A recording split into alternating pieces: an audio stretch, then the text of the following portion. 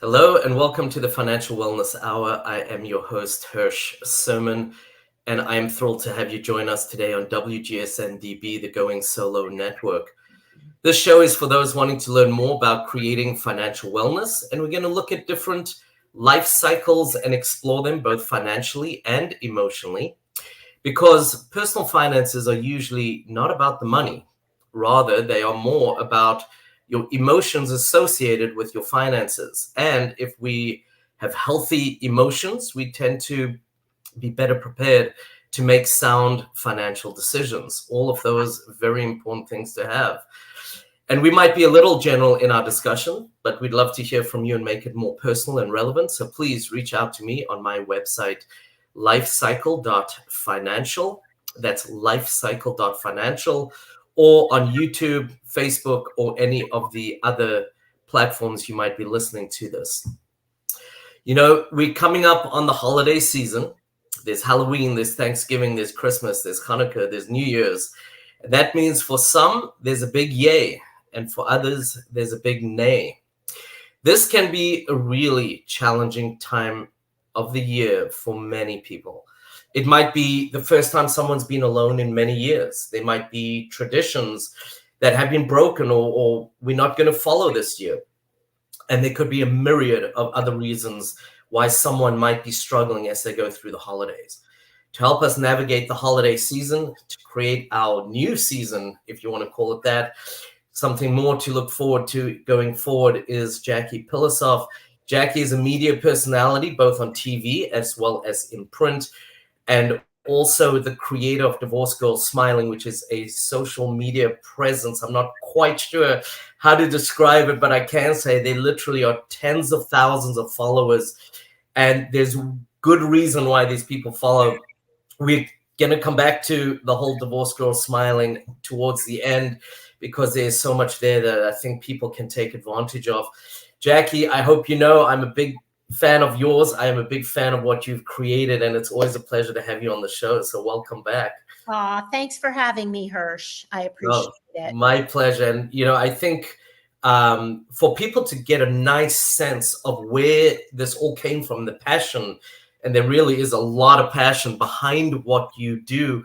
Can you share a little bit about your background so they can understand a little bit of kind of the motivation and how it all came together? So I went through a divorce in 2007, and I had two toddlers. I had no family in the town where I lived. I didn't know one divorced person, and I don't think that Google was what it is today. I can't really remember Googling things back then. And I felt really lost and really isolated. And so I started writing about it, and my background had been and still is, I'm a journalist. I have a master's degree in journalism. I was a reporter for an NBC affiliate.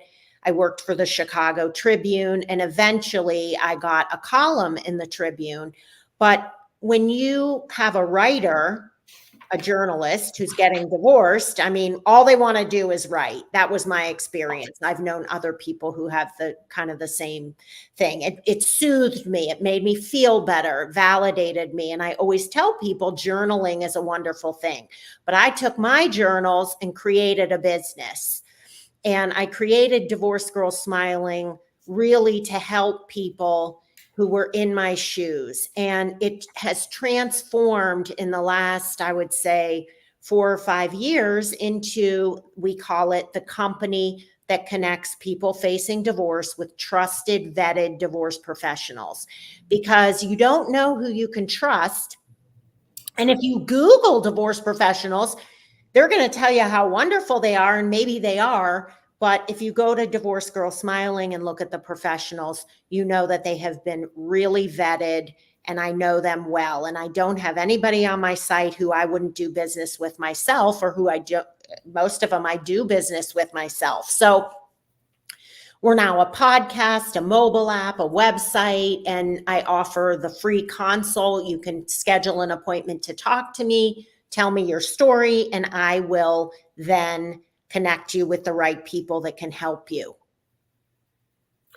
And I just got to say, I think you selling it a little bit short as well. There's blogs, there's a community, and there's amazing resources. So we will come back to that.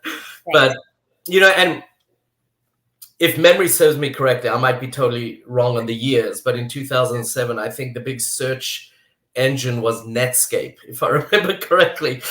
I don't even know what that is. Yeah, Netscape was the original search engine, and then Yahoo, and obviously things change is part of what I'm getting at. And the holidays might have been something that where people were happy and looking forward to, and now maybe it's not. So I'm going to ask you this: is it normal, especially for newly separated or single people, to want to kind of skip the holiday season, or at least feel concern about the upcoming holiday season? Is that normal for people? Absolutely. And when you say concerned, I would say it is traumatic, stressful. Yeah. They're thinking about it now. It's what, the middle of October? I got divorced in August, or I shouldn't say divorced. I got separated in August. When I went home for Thanksgiving, I was a mess. So August, September, so I had been separated for 3 months. I had 2 toddlers. We got on a plane. We went to Pittsburgh. I was embarrassed to face my family. I was still crying every day. I had young kids who didn't understand why daddy wasn't coming on the trip with us this year. I was a mess. And so I've written many, many articles about the stress, which is actually the worst part. The worst part of the holidays, like for people listening, you're your own worst enemy. It's okay if the holiday isn't that great this year. It's only going to be 1 year. Next year, you're going to be so much better off. And it's interesting you say that. I just want to point out a little here. For me, it was actually the second holiday season and I was like, what is going on here? Like, why am I feeling this? I've been divorced over a year already. Well, that was the first holiday season for me that I didn't have the kids, right? So the first one, I had the kids, there was security in that. And then a year, 15 months later, whatever it was, when the holidays started, that's when it really started to hit me. So I think part of it is, or one of the first major takeaways from what we're talking about is anyone listening that it's normal to feel your feelings. And even if they are different to what's seemingly going on around you, because with all the music and the decorations, it's like everyone's pretending to be happy and you not, right? You're looking at everyone's outsides to your insides. Not everybody is feeling that. I think it's okay to feel your feelings, and you should feel your feelings. I think it's very important to be aware of that. So maybe I shouldn't have said it's only going to be for 1 year, because you're right, Hirsch. The second year, it's like it still wasn't great, but I had different problems. So I had just been officially divorced the second year, but I was dating somebody and it wasn't working out, and I was stressed about that. And I'm like, why do I have to be a single mother in the dating scene? I hate this. So your problems turn into different problems. But if you really think about it, first of all, after the first couple, for sure, you're going to be happy, but you're always going to have issues in life. So maybe in 5 years, it's going to be something else. But my point, and I think what Hirsch is trying to say, is if you can get through the first year and even maybe the second, it's not going to be all bad. Right. Because wasn't there any happiness in that second year? There was. And I will point out as well, I think a little to your point, if you have been going through a divorce, it doesn't happen in a week. Some of them happen over years, right? The chances are last holiday season wasn't, while you were married, wasn't that happy either. It's not that all of a sudden it's like, oh my God, it's not happy. I think being deliberate, something I've learned and seen from you actually is, I think you are somebody whose stress is really knowing yourself, knowing what's around you, and not dwelling on the negative, but getting the most out of everything that's around you, rather than, oh my God, I'm single, I can't believe this, and that's something that I think people can take away from you. Your message comes through in a lot of your articles like that, as to you can make it better, but it often is up to you, I think, right? I don't know how I got that way. I was pretty negative.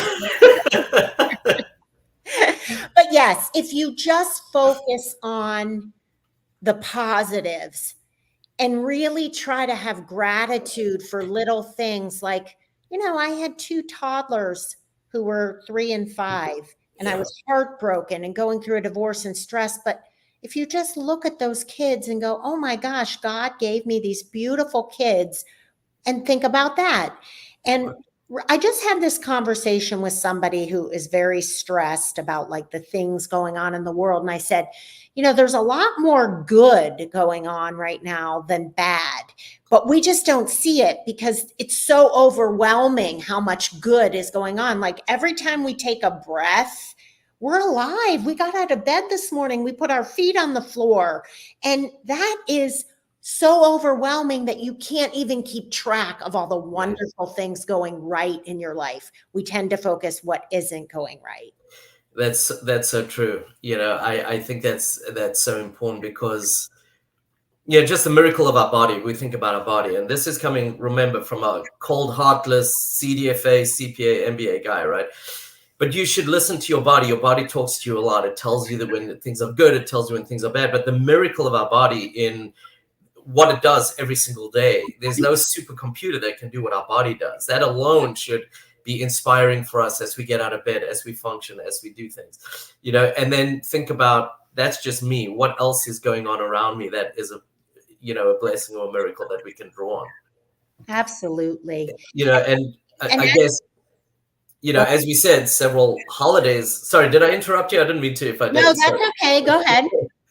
Holidays coming up, that does bring gatherings, friends getting together, office parties, and we go to stores and there's decorations in the streets and the stores and there's this music playing. And I'm going to ask you, and this might be a challenge because it's a tall order that I'm asking you. Help our audience understand a little bit, how does someone prepare for all of this that's coming up, that we know is coming up, and why it is important to plan ahead of time as the holidays approach? Okay, I'm going to answer your question, but before I forget to bring this up, so it's mid-October. The reason I'm bringing this up is that there's still time. I get a ton of emails from women who are stressed because they don't know if they should send holiday cards. What should I do this year? Now, the reason I'm bringing it up is that you still have time. If we were having this conversation a week before Christmas, I would say, well, you could still send them, but this is one way to prepare. Like women say to me, I don't know if I can send cards. What should the return address label say? What should the greetings say? Can I still say love the Smiths? Because the Smiths aren't living in the same house anymore. Right. Will people think it's weird if my ex isn't in the picture? And my answer is, you send those cards, because the people who love you, who are getting your cards, still want to hear from you, whether you're married or not. And it shows strength. It shows confidence. It shows that you're still a family. Maybe you are having a very difficult time, but they'll always remember that they kept getting cards from you. And by the way, the card isn't always about you. The card, you know how many older people are happy to get your card? And they're just happy that you thought of them. Getting a holiday card for people is a huge deal. Don't you think, Hirsch? I think it's beautiful. And, on your point, I'm going to put some of my own words in there, is I know you're going through so much. If you're going through a divorce or you're newly single or whatever it is, and you took the time out to think of me and send me a card, you must value me. I feel important now, right? I mean, like, what a wonderful way. If the holidays is about, all these positive things and coming together and peace and all the things that we're supposed to think about, I think that's an amazing way to be able to create that, and some the affinity that you can create with someone by thinking of them, especially when you're having such a hard time. Hirsch, you couldn't have said it better. You're right, because people getting divorced, and I don't say this in a mean way because I was going through a divorce too, are very self-centered. Yes. And they're only thinking about themselves because you don't have an ability really to think about anybody else. That's why, if people are listening, tell me, when you get together with friends now, The conversation is all about you and your divorce. Have you ever said to them, like, how are you doing? How's your marriage? How's your health? How's your kids? Whatever problems, because believe me, they have problems too. But Right. people are very self-centered. And that's why people going through a divorce often say, oh, my ex is such a narcissist. They're not a narcissist. They're just self-centered at the time. Everybody's divorcing a narcissist. 50% of the population. I know. Funny. But that's very true. I mean, yes, and understandably, many people are in survival mode. They're scared, and that's all fully understandable. But you're right. When you're getting together with people, you know, can you step back a little bit and say, I'm in a two-way conversation, not a one-way conversation, right? And how do I maintain that conversation? Because I will tell you, I withdrew a lot during my divorce. I didn't think anyone would understand. I didn't think anyone wanted to be around it. And I made the choice for them to withdraw, you know, and not be there. And I think that was a very bad decision. Ultimately, obviously that changed. I'm in an amazing place now. But you have friends and they want to be there for you. They may not know exactly what to say, but they friends have that two-way relationship, not a one-way relationship, because that's absolutely. And they have problems too. And yes. I don't want listeners to think that Hirsch and I are criticizing you, because we were both there, and it's just something that becomes your personality. It's not a flaw. I think also, and there is research on this, people are not aware of how they're coming across. Awareness creates actionability to change what you're doing. And they're just not aware because they are consumed sometimes by what's going on. So hopefully our discussion is, as you said, we're not finger pointing in any way. We're trying to highlight and make somebody aware, you know, that this may be going on, not for everyone, but it might be going on. Be aware of it. And I will tell you, having a two-way relationship is a much better thing than having a one-way relationship. Absolutely. Jackie, we have to go to a break in about a minute. So I'm going to ask, can you share what is a good way for people to get in touch with you and learn more? One website address, divorcedgirlsmiling.com, and divorced is past tense. And you go there, you can find podcasts, read articles, download the mobile app, and of course, find trusted, vetted divorce professionals. And you can also sign up for my free consult. I recommend you do all of that if you are listening. There really is an amazing amount of resources on there, whether it's you love to read, whether you need to speak to people, whether you want to speak to Jackie, who obviously has a tremendous depth and insight, as you can hear. I would recommend everybody go to the website, learn. Being educated I am a huge champion of being educated as you go through your divorce, and that does not stop when you end and sign the document. There's more to go and more to learn, and you'll find all of that out on the website. Jackie, hold on. We will be back in 2 minutes. We've got to pay a couple bills. Thank you.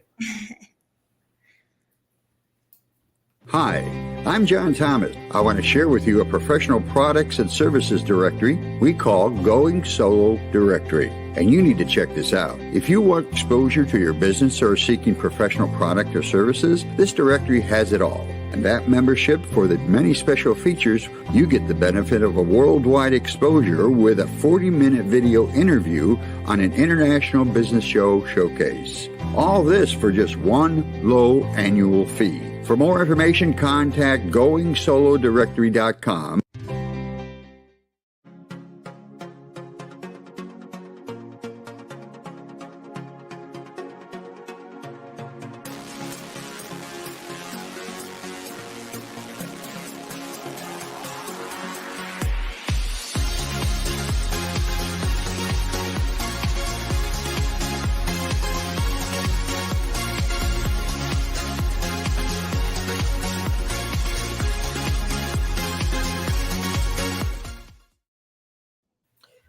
Hello and welcome back to WGSN-DB, the Going Solo Network.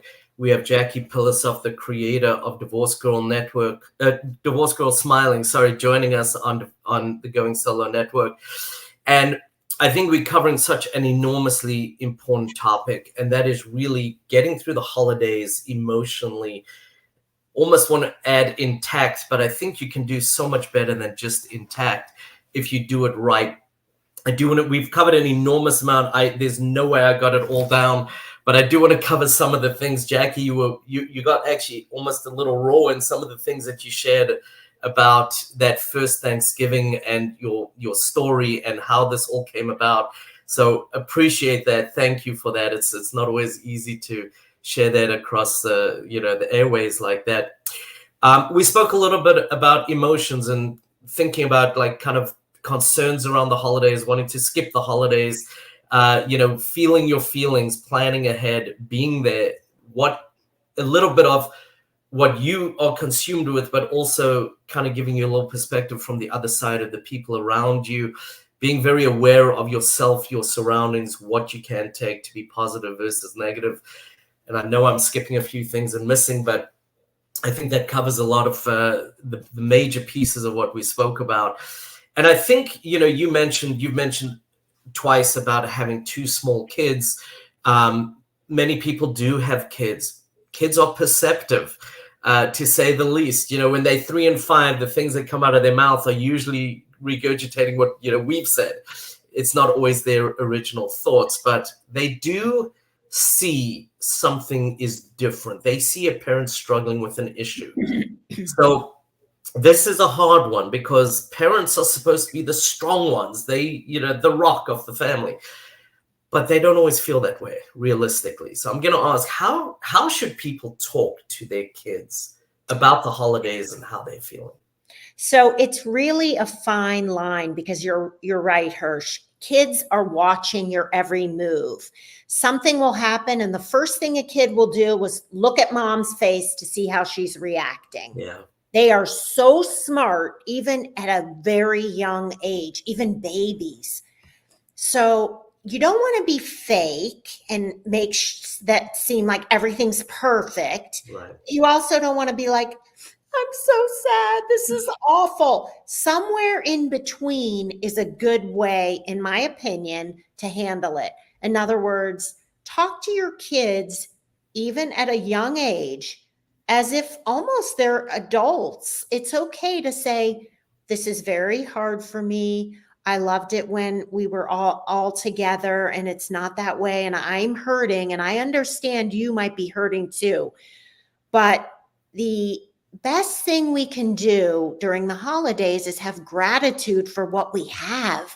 Look what we have. We have each other, and your dad still loves you too. And you're going to celebrate with him and his family tomorrow or whatever it is. And we have health, and we have toys, and we have food, and we have love. And so really I believe it's okay to tell kids that you are upset and that this isn't easy for you, but also smile and laugh and have joy for the good things going on. And I think so much there is so important. We spoke a little bit earlier about the planning and thinking about it. That's one of the things you may want to think about. What is the message, the positive message, I want to say, that you want to give to your kids? I think if ever, what an amazing opportunity you have to role model adversity for your children. And that should be the biggest lesson that they get out of everything going through the holidays. Not that the toys were better this year or whatever that might be, but I watched mom or I watched dad who I know is struggling, and wow, they role modeled in a way that now for the rest of my life, I see how you go through adversity. Now, there is one thing, Hirsch, that we should say. Sometimes you can't plan how you're going to be feeling. And maybe you're in the middle of Thanksgiving dinner and you have a breakdown and someone says a toast and you just start crying. Of course, your kids look at you, Mommy, what's wrong? And really you have to think to yourself, if that happens, how am I going to handle that? And maybe the best way is to say, I'm very emotional. I got upset, but I'm not crying because things are so awful. I'm crying because I'm feeling gratitude and I'm very emotional, but I promise you I'm okay. And again, being able to model it, but I would also venture to say, if you don't try to think of some of that before, you're not going to think of it on the spot. Right. It's a tough one to think of on the spot. But I think being able to think, I want to always portray a positive message, even though I can say I'm struggling, but it's not a bad thing because I'm growing. Or that, yes, I have a tough time, but I'm grateful. All the things that you're saying, I think, are enormously, enormously important. And don't discount, I think sometimes, I'm not quite sure how to put this, but be aware of how your children are feeling as well. Sometimes, as we said earlier, we sometimes consumed with us and are we going to be okay? And are we going to make it financially and all those type things? Sometimes we not always quite as alert to what's going on for our children. So please also do that as well. And the best way to do that is to go up to your kids a few times a day and just say, hey, are you having a good time? Is there anything you want to talk about? What's on your mind? Just open-ended questions. And they'll be like, Mom, no, I'm good. And knowing you there. Because if you're not good, I'm here. Let's go to the bathroom and talk. Right. Let's go outside and take a walk. I'm here for you. No, I think that's great. I think that's so important. And the love that they will, and the safety they will feel, especially as younger kids who really don't always understand the situation. I think that's tremendous. So holiday time, we reminisce. I mean, as you said, somebody might be saying a toast at Thanksgiving, and boom, it brings up, thoughts. And often families have traditions around the holidays. So how does one cope with, for lack of better words, breaking traditions and this loneliness that might come about? Okay, so traditions are emotional. They cause all these emotions. It's true. But I do want to say one thing before I address that. Right. The people listening who don't have their kids and they have to go to a dinner themselves and they're like, should I go? I don't think I can go. I don't think I can do this. Hirsch, I don't know if you agree with me, but I think you have to, it's like a fine line. Force yourself a little bit to go, but you don't have to be the life of the party and stay all night either. But maybe just say, I'm going to go for an hour, and call your host and say, listen, I'm going to come, but I don't want you to give me any crap for leaving early. Let them know up front. I agree. No, I think that's huge. I do. And I've heard therapists say, if you don't want to go, don't go. But honestly, I think it's worse if you don't. I think a short appearance is much better than no appearance. Right. What do you think? Right. You don't have to close down the party. Mm-hmm. Yeah. Mm-hmm. Okay. So addressing your question about the traditions. So I'm trying to think of like traditions I had when I was married, and it was heartbreaking that we couldn't do it anymore. Like we always went downtown and saw the Christmas lights. Well, I didn't really want to go take my kids and do it myself. It's like when Harry met Sally. Remember when she went and got the Christmas tree by herself? Yeah. And she was like sort of miserable. So don't put pressure on yourself to keep doing the exact same things you did when you were married. What do you want to do? What looks fun? And one example I can give you is that when I first got divorced, a friend of mine told me about this thing where I live called the Haunted Forest. And it was like a bunch of kids who ran this haunted house. And I took my kids and we had so much fun and we were roaring with laughter and we were so scared and our hearts were pounding. Like you go through this haunted forest and kids are running after you with chainsaws and they're popping out of the thing. And we did it every year for like 8 years because it was like the highlight of our Halloween, and we thought it was the funniest thing. And then you walk out and they give you hot chocolate and candy and you laugh. I mean, it was hysterical. So don't feel pressure to keep those same traditions. And as you've just pointed out, create your own new traditions. Mm-hmm. There's no reason you can't, and there's a lot of reason you should. You know, this is a new chapter of your life, and you should live it the way you want to live it, right? It's an opportunity in so many ways. And it's empowering to say, well, now I'm a single mother. I never thought I was going to be this way, or a single dad. And this isn't what I signed up for, but it's what I got. And I feel you will love yourself and feel very empowered and self-confident once you have these traditions. And I want to tell your listeners, not that this is going to happen to you, because people are probably listening going, oh no, I don't want to be her. I was single for 15 years and lived alone with my 2 kids. And looking back, I wouldn't change a thing. I'm not single now. I'm very happy in a relationship, and I have been for 8 years. So I shouldn't say that I was single the whole time, but I lived alone. I never got remarried. Not that I'm saying that's not a good idea, but I never lived with anyone, and I wouldn't change a thing. It was always the 3 of us, and I love it. And I think my kids learned a lot about being independent and being okay without a spouse. I think that comes back to what we were saying about role modeling, as well as knowing yourself. Don't live somebody else's life. Live yours. It's your life, right? And you only get to live it once. So live your life when you're living. So, and Hirsch, don't you feel like most people do end up getting remarried after a few years? And that's okay. I don't want to judge anybody, but just know that you don't have to do that. There's no timeline or deadline. If you don't get married by X, you're not going to get married. No, I agree. It's got to be the right thing and the right person for you. No one else, right? It's a very personal journey in so many ways. And I don't mean that in a cliched way.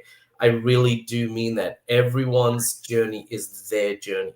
And, you know, you live next to somebody who's got a similar home and probably similar amount of kids and everything else.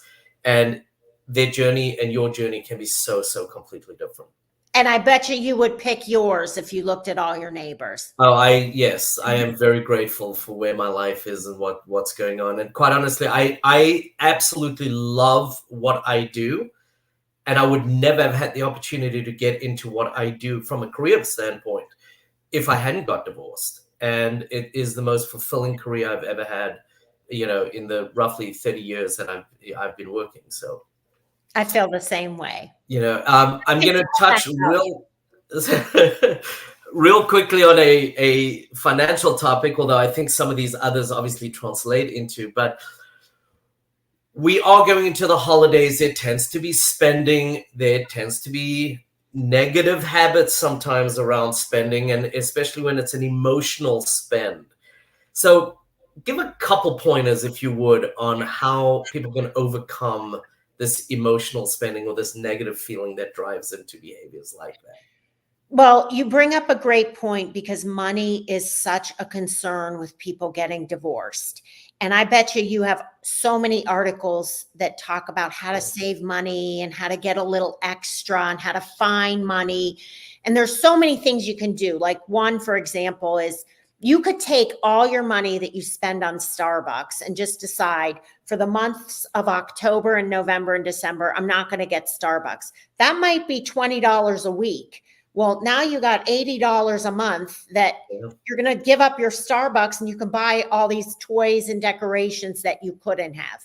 Another tip is, if you want to sell your engagement and wedding rings, maybe the holidays is the time. Maybe they're sitting in a drawer and you could care less. I do want to say, don't sell them for the desperation that you need money. But if they're just sitting there and you don't care anymore, and you're like, why do I have these things? They're not making any interest. They're not earning interest. They're not doing anything for me. This might be the right time. And by the way, I have a great person to sell to on, if you look on Divorce Girl Smiling. But so those are two things.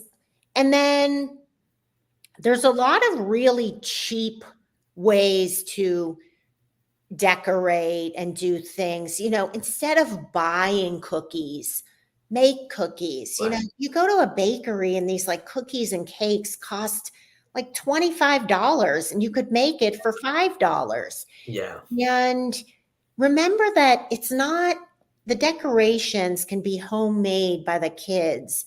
You don't have to have lavish, expensive decorations. And they'll appreciate that more, by the way, seeing absolutely. their decoration on the table. I agree. And you can go to the dollar store and get decorations. It doesn't have to be the life that you had when you were married and wealthy. And by the way, I was married and wealthy and then went to struggling and having to go back to work. I've been in all different financial situations. I like the wealthy. That works.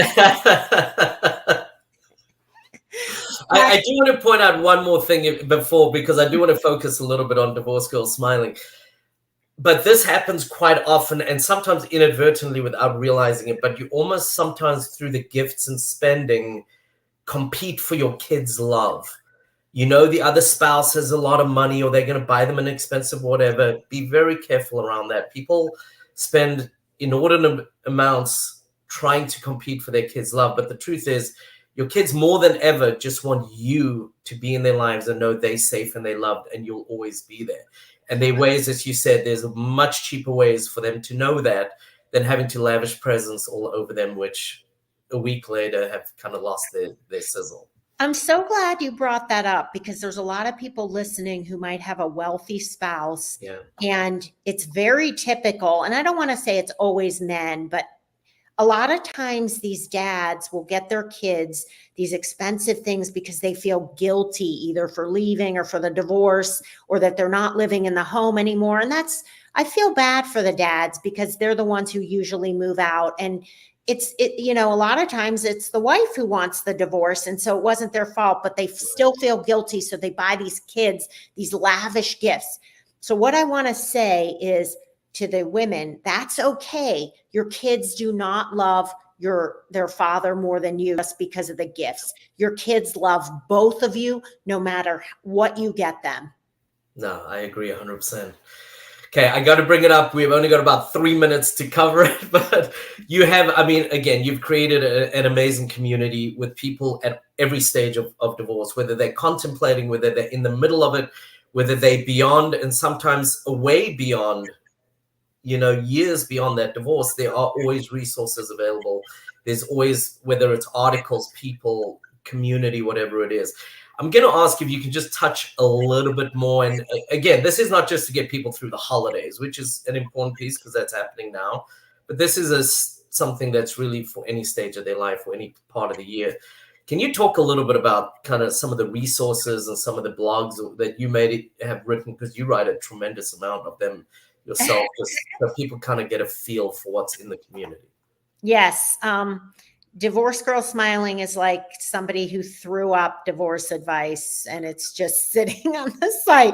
I have written tens of thousands of articles, like great things divorce does for people. Divorce is like a roller coaster, how to deal with when you're frustrated. Anything that you want to know, go to Divorce Girl Smiling. People say to me like, are you a divorce coach? What do you do? No, I'm not a divorce coach. Divorce Girl Smiling is a multimedia company. What that means is you're going to find articles, podcasts on any topic that you search. Literally, there's a ton. Financial. And all of these people who have been guests on it, including Hirsch, who write articles, not only me, and give their advice. So you're getting free advice from all of these trusted experts. And then if you want to find them and have free consultations with them, you can do that too. So everything on the site is free.